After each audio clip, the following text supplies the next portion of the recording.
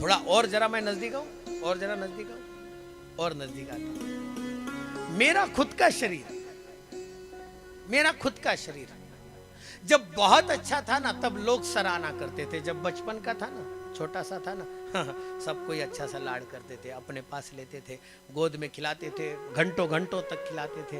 अब वही शरीर जो 5 साल का था, अब वही शरीर 75 का हुआ, अब कौन लाड करता?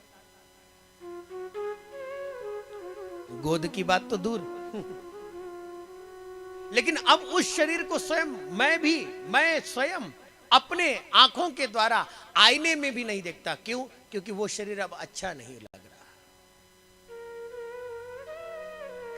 मेरा शरीर मेरे लिए भी दुख का कारण है। और यह बात मैं केवल रामचरितमानस के आधार पर नहीं कह रहा। श्रीमद् भागवत के महात्म्य प्रकरण में स्वयं गौकर्ण महाराज ने अपने पिता को, आत्मदेव को यह बात कही कि पिताजी, सारा जगत ही दुखमय है। क्यों? क्योंकि जगत जिस एक शरीर के माध्यम से आता है ना, वो शरीर ही दुख का कारण है। संसार दुख मूल चहुकडे इंगळ विश्रांती नाही, कोठे रात्रंदिवस काम क्रोध लोभ शुनी पाठी लागले वगाळ, कवणामी शरण जाऊ दृष्टि देईल निर्मळ।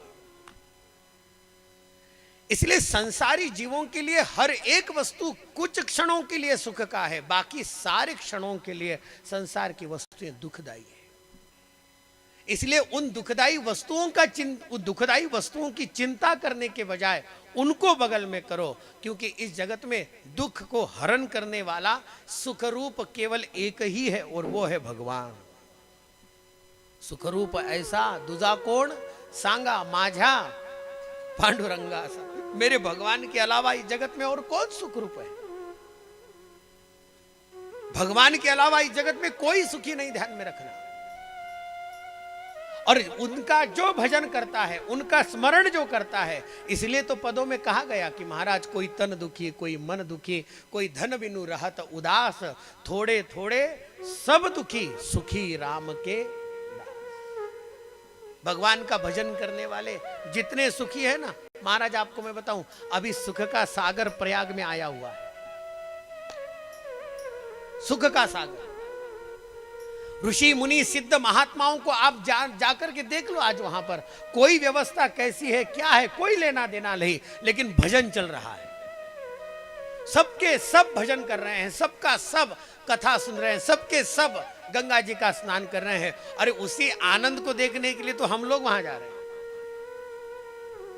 उस सुख को देखने के लिए हम लोग वहां उमड़ रहे हैं।